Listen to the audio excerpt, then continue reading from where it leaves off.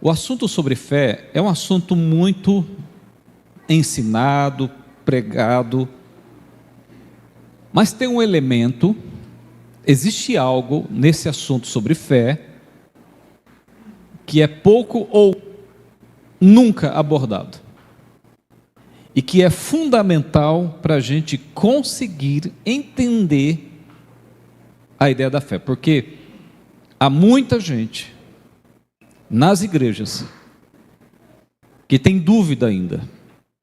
O que de fato é ter fé? O que de fato significa ter fé? O que é necessário para que a minha fé de fato seja efetiva e produza resultados? A Bíblia fala muito sobre fé, mas mesmo falando muito sobre fé, muitas pessoas ainda não entendem direito o que significa. E existe algo que eu vou chamar nesta manhã de a cereja do bolo. Existe um elemento no conceito de fé que é a cereja do bolo para se entender o que de fato é ter fé, o que significa possuir fé ou viver pela fé, e é o que nós vamos analisar juntos nesta manhã. O texto base que eu vou utilizar é Gênesis, capítulo 21. Gênesis capítulo 21, verso 1 e verso 2.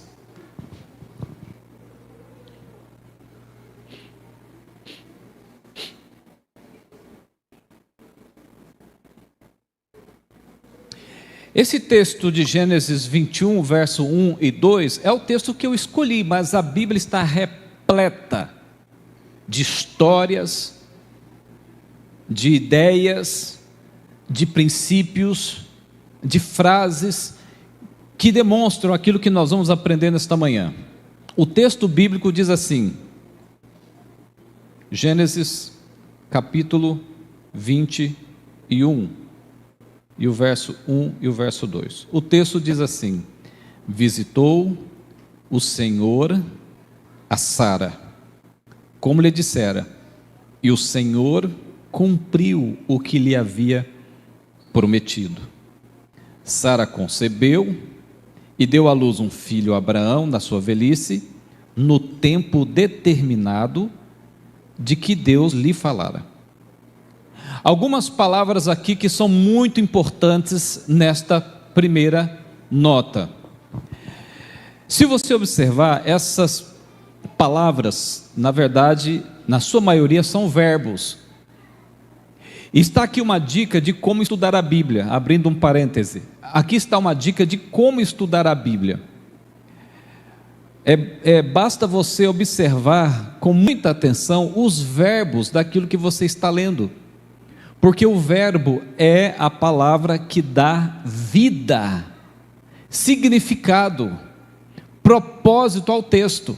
Por exemplo, o primeiro verbo que aparece aí de cara é o verbo visitar, a ação divina.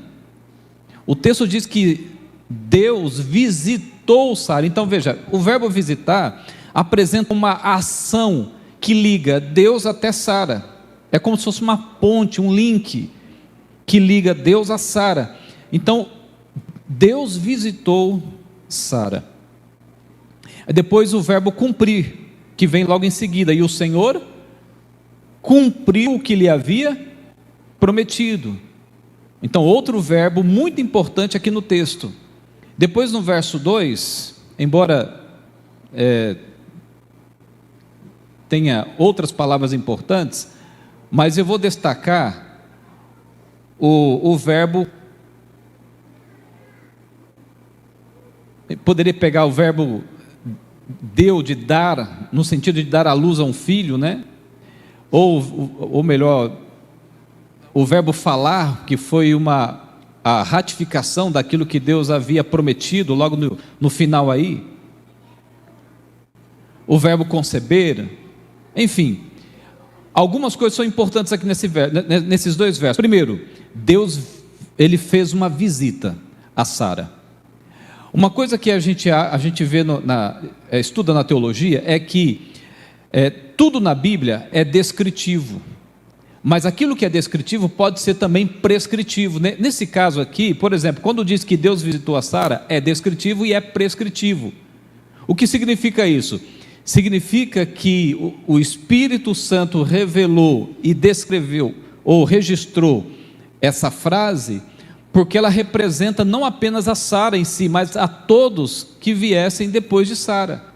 Então, quando o texto bíblico diz assim que Deus visitou a Sara, é como se estivesse dizendo que Ele também visita você. A mesma ação, a mesma atitude que Deus teve para com Sara é a mesma atitude, é a mesma ação que Ele deseja ter com qualquer outro filho, com qualquer outro ser humano. Então é como se você colocasse o seu nome no lugar de Sara. Visitou o Senhor agora você coloca o seu nome, como lhe dissera. Aí depois outro trecho importante é que o Senhor cumpriu o que havia prometido. Ou seja, não existe promessa que venha da parte de Deus que não alcance cumprimento. E não importa quais sejam as impossibilidades, não importa que se para você o que você precisa é impossível, quando Deus promete, não existe nada que torne impossível aquilo que Deus deseja, aquilo que Deus promete. Tanto é que vocês sabem disso, Sara já era de idade, Abraão também.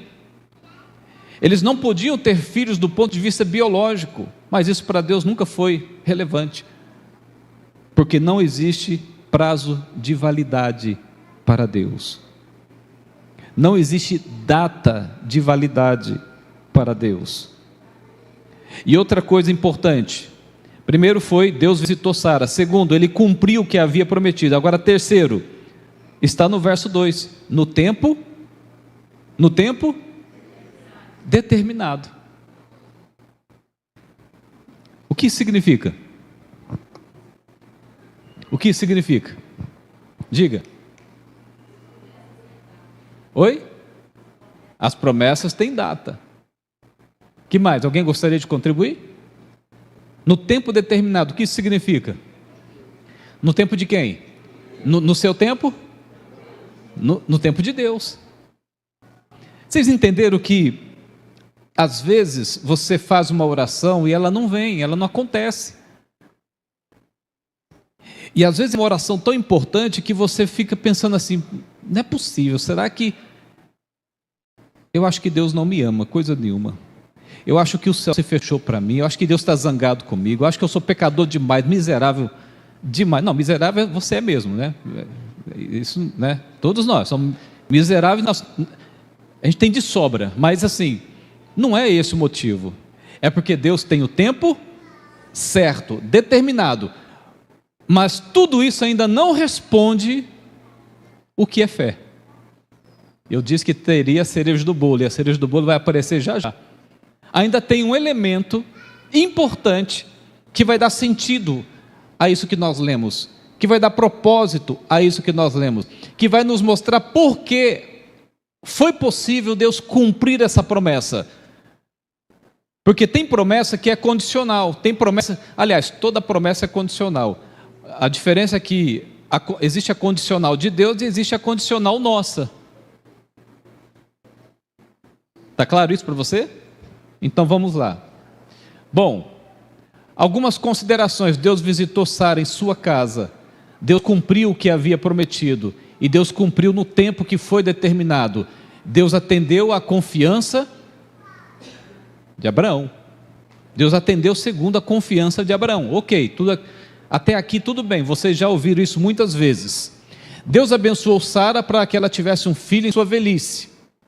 Abraão já tinha 100 anos, foi o que eu disse. Isso para Deus não tem relevância. O impossível para Deus não preocupa a Deus. O impossível nunca preocupou a Deus, só preocupa a gente. Ok? Então algumas lições importantes. Primeiro, Deus tem bênçãos para oferecer. Deus tem bênçãos para oferecer.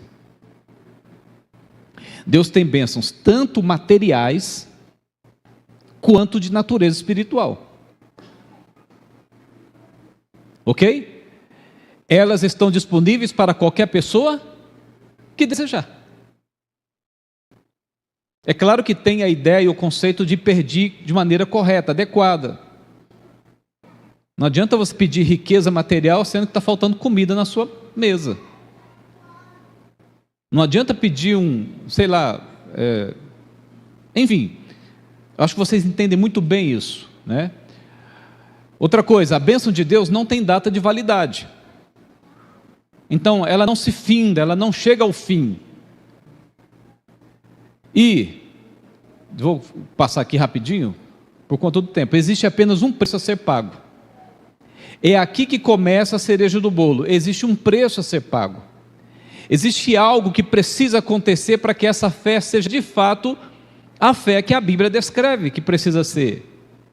E essa fé tem a ver com acreditar, sim, tem a ver com acreditar, só que não é qualquer crer, não é qualquer acreditar, tem a ver com fé emuná.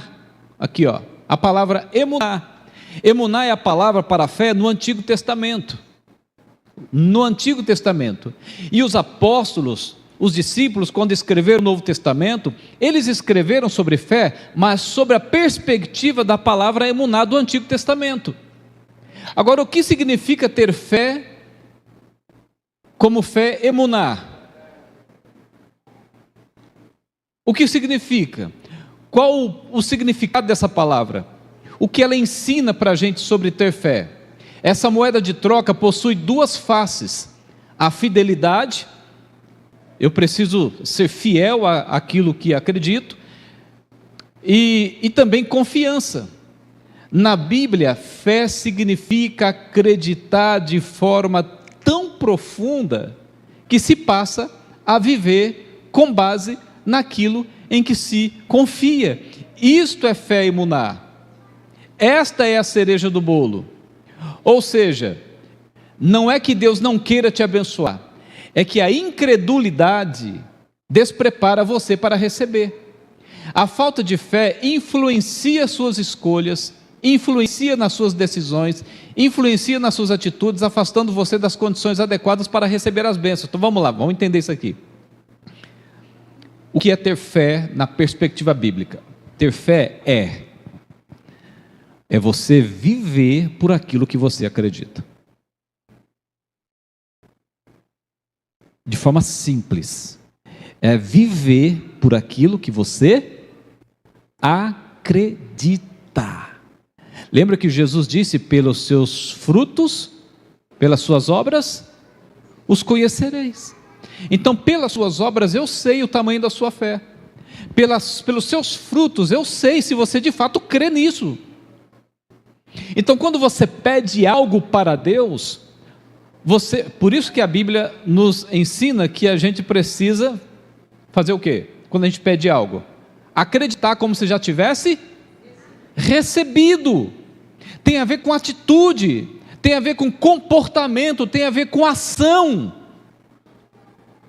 Então, se você pede algo a Deus, é necessário, é importante que a sua vida, as suas ações, as suas atitudes estejam em harmonia com o que você pediu. Porque quando as suas atitudes, as suas ações estão em harmonia com o que você pediu, você se prepara para receber.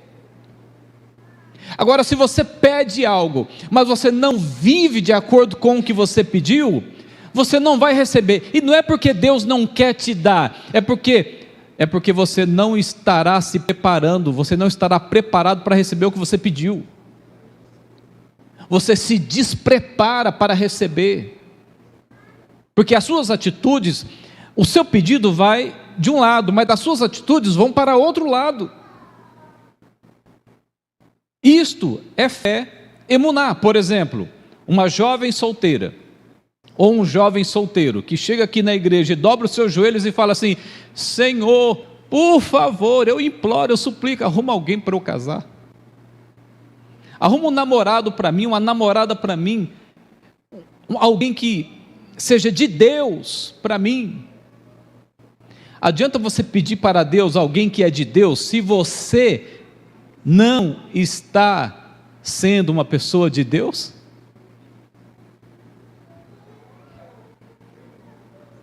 Entenderam?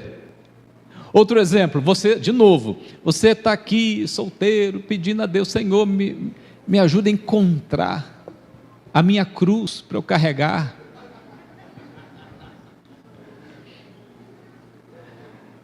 Aí você ora pedindo aqui na igreja, você dobra os joelhos e pede a Deus. Só que você vai buscar onde? Vai buscar onde? Onde? Lá fora. Vai buscar no mundo. Ao invés de você procurar, ao invés de você buscar, esperar dentro do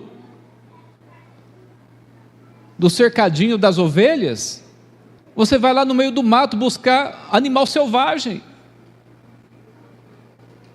Essa é uma maneira de explicar o que é fé emuná. Se eu peço algo, eu preciso viver por aquilo que eu pedi. Entenderam? Eu vou dar mais exemplos daqui a pouco, tá bem? Fé emuná tem a ver com estilo de vida, atitude. Para conhecer sua fé, basta observar como você vive. Ok? Então nós temos alguns exemplos de fé na Bíblia. Temos Abraão, quando Deus mandou que ele saísse da parentela, pegasse estrada, ele foi, e ele nem se preocupou em saber que lugar era esse, apenas obedeceu, teve atitude, ação. Noé não era o cara profissional adequado para construir um barco. Ele simplesmente acreditou e avançou, fez as coisas acontecerem. Obedeceu, mesmo nunca tendo chovido na terra. Ele sabia que ia ser chamado de doido, de louco, varrido. Mas ele acreditou e agiu, teve atitude, ação. Josafá, lembra da história de Josafá? O exército de Moabe, 10 vezes maior, mais poderoso, armado até os dentes. Isso é real. Se aproximava, e Josafá então consultou o Senhor através do profeta. E o profeta disse para ele assim: meu filho, Deus mandou dizer que é para você fazer o seguinte: o exército inimigo vai vir, ele vai vir com força. Mas não se preocupe, você vai fazer só uma coisa. O quê? Você vai pegar o seu exército, que é minúsculo diante do inimigo, despreparado diante do inimigo. Você vai pegar esse exército, vai colocá-lo no campo de batalha, em posição de guerra, mas vocês não vão guerrear, só vão ficar em posição, não vão levantar a espada, vão ficar só em posição e deixa o inimigo vir. Bom, se fosse um incrédulo, ele diria assim: você pirou, endoidou, eu não estou rasgando dinheiro ainda, né, como dizem, né? Eu não vou fazer isso. Pensa bem, você com um exército 10 vezes maior, mais bem preparado, mais equipado belicamente, e você colocar o exército no campo de batalha, e só para ficar em posição. Josafá acreditou, e mais que isso, os soldados de Josafá também acreditaram, e eles foram para o campo de batalha, e ficaram em posição de guerra, e quando veio apareceu aquele formigueiro assim, que perdi de vista, tanta gente, mesmo assim ficaram em posição de guerra, não reagiram, não levantaram a espada, não fizeram nada, e o exército começou a se aproximar. Quando começaram a se aproximar, um nevoeiro se levantou, que não dava para enxergar um palmo à frente, e de repente só ouvia sons de batalha, de guerra, e de repente o nevoeiro baixou, e quando o nevoeiro baixou, os soldados inimigos estavam no chão. E quando a gente vai para o livro Patriarcas e Profetas, está lá escrito que o exército angelical tomou a frente e guerreou por Israel. Quem é o doido que faria um negócio desse hoje? De ficar só em posição de guerra? diante de um inimigo invencível à frente. Josafá acreditou, ele teve atitude, ele agiu, e isso é fé emuná. Moisés, Abel, José, são outros exemplos de pessoas que viveram a essência da fé emuná, e por isso Deus agiu na vida deles, e Deus quer fazer o mesmo com você, em pleno século 21. Tá, aqui alguns exemplos mais. Talvez você esteja endividado, aí você então ora e pede para Deus: Senhor, me ajuda a sair das dívidas, me ajuda a resolver as minhas dívidas. Ok, peça, e Deus vai te abençoar, mas viva pelo que você acredita. E como é acreditar? E como é viver por alguém que está endividado e está pedindo a ajuda de Deus? Pare de fazer dívida, faça uma contenção de gastos, evite gastos desnecessários, faça economias. Mas tem gente que quer se livrar das dívidas, mas não quer sair da zona de conforto, não quer cortar um pouco na carne, não quer fazer economias, quer continuar mantendo um padrão de vida que não comporta o seu padrão financeiro. Viva pelo que você acredita e Deus vai te abençoar. Outro exemplo: profissão, faculdade, prestar um concurso público. Você quer passar no concurso, mas fica gastando horas e horas todo dia no Instagram. Você quer passar no concurso público, mas fica assistindo 2, 3, 4, 5 horas de séries. Não vai passar não. Se não tiver dedicação, compromisso, sacrifício. Ore e Deus vai te abençoar, mas viva pelo que você está pedindo. Bom, mas não tem pedido mais importante do que esse.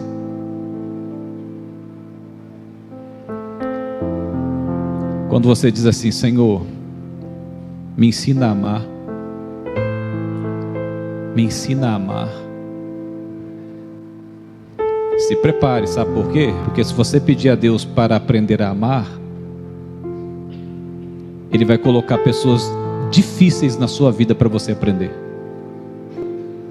Se você pedir sabedoria para Deus, Ele vai te dar problemas complicados para resolver na vida. Se você pedir humildade, Ele vai te dar oportunidades para errar, para falhar, para que você nunca se esqueça que você não é o cara. Não tem coisa mais importante para pedir, não é? Isaac foi uma promessa feita pelo próprio Deus, e quando a promessa parte de Deus, nada pode impedir seu cumprimento, a não ser a sua própria incredulidade, a sua maneira de viver. Se crermos, essa promessa estará em rota de colisão com o seu cumprimento, a não ser que você não tenha fé. E o que seria não ter fé? Não ter fé é quando você deseja receber, mas não trabalha, não tem atitudes, não toma decisões e não vive a cada momento para receber. Pelos seus frutos você pode se conhecer. Pelos seus frutos. Eu vou pular essa parte aqui e vou chegar nos finalmente. Tem áudio aí, né? Tem um vídeo no final, tá? Agora, olhe para as mais importantes promessas da Bíblia. As mais importantes promessas da Bíblia não é prosperidade terrena. As mais importantes promessas da Bíblia não é de um casamento. As mais importantes promessas da Bíblia não é por conquistas, diplomas, mas é a promessa do retorno de Jesus. A segunda vinda de Cristo é uma promessa, e é uma das mais significativas em toda a Bíblia. Você acredita na segunda vinda de Jesus? Você ora para estar preparado para a segunda vinda de Cristo? Então, se você ora para estar preparado, o que você precisa? Viver de acordo com o que você pediu, viver de acordo com o que você crê. Se você viver de acordo com a segunda vinda de Cristo, quando Ele retornar, você será recebido em glória. mas na Bíblia também tem a promessa do juízo. Se eu oro e peço, Senhor, me prepare para a tua segunda vinda, mas eu não vivo de acordo com o que eu estou pedindo, o que me resta é a promessa do juízo. Sabe por quê? Porque a mesma graça que salva é a mesma que condena. A mesma cruz que salva é a mesma cruz que condena. Depende das minhas escolhas, depende das minhas ações, das minhas atitudes, depende de como eu vivo. Bom, mas se você crê, e se você vive pelo que você crê, escuta bem o que eu vou dizer. Se você crê e se você vive pelo que você crê, sabe o que vai acontecer? Assista esse vídeo e você vai entender o que vai acontecer.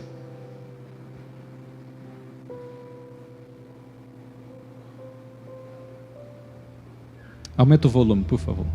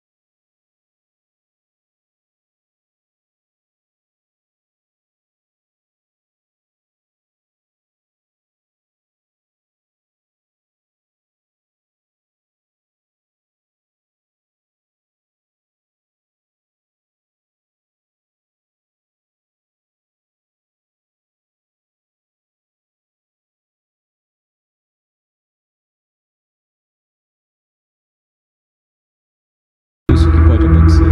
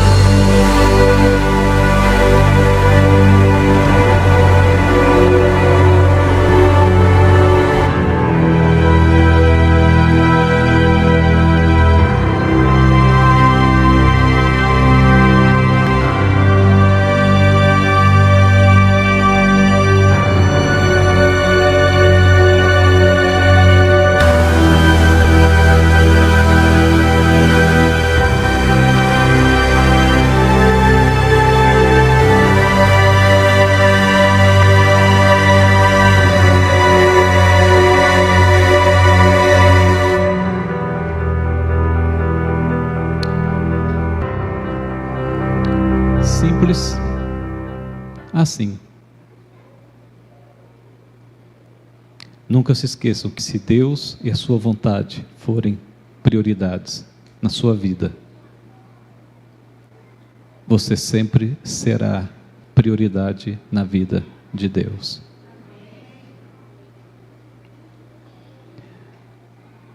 Se você crê e se você vive pelo que crê, acredite, o inevitável acontecerá. Mas também nunca se esqueça que nem sempre as coisas acontecerão do jeito que a gente espera.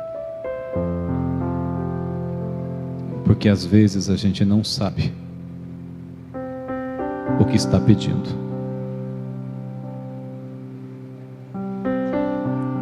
Então viva pelo que você crê e colha as bênçãos por aquilo que você viver. Você crê nisso? Teremos alguma música agora? Teremos alguma música? Então vamos orar. E vamos pedir que Deus continue conduzindo a nossa vida, os nossos sonhos, os nossos desejos. Pedir que Ele continue escrevendo a nossa história, de preferência de maneira que quando Ele vier em glória, você seja recebido também em glória. Vamos orar? Fique em pé e vamos orar. Querido e bom Deus, 1.000.000 de vezes obrigado. Obrigado por nunca ter desistido da gente. Obrigado, Senhor, por caminhar com a gente todos os dias. Apesar de às vezes não termos uma percepção clara da Tua presença, mas a Tua palavra nos dá essa certeza de que o Senhor sempre está com a gente. Obrigado pela paciência, por muitas vezes não acreditarmos como deveríamos, mas continua nos ensinando, porque queremos continuar aprendendo, queremos continuar crescendo, queremos continuar nos derramando aos Teus pés, e queremos continuar pedindo: Senhor, tenha misericórdia de nós, tenha compaixão de nós, e nos perdoa mais uma vez. Obrigado, Senhor. Obrigado por ser tão bondoso com a gente. Tenha os nossos pedidos nas Tuas mãos e nos ajude a viver por cada um desses pedidos que fazemos, e que tudo em nossa vida, tudo em nossa vida seja para a Tua honra e para a Tua glória. Salva a nossa família. Esse é um dos pedidos mais importantes que temos. Salva a nossa família, alcança o coração dos nossos filhos, derrama o Teu Espírito sobre a nossa família, para que quando o Senhor retornar, a gente possa estar junto lá, sendo recebido pelo Senhor. Obrigado por tudo e nos perdoa. Mais uma vez suplicamos, no nome santo do poderoso Jesus Cristo. Amém, amém e amém.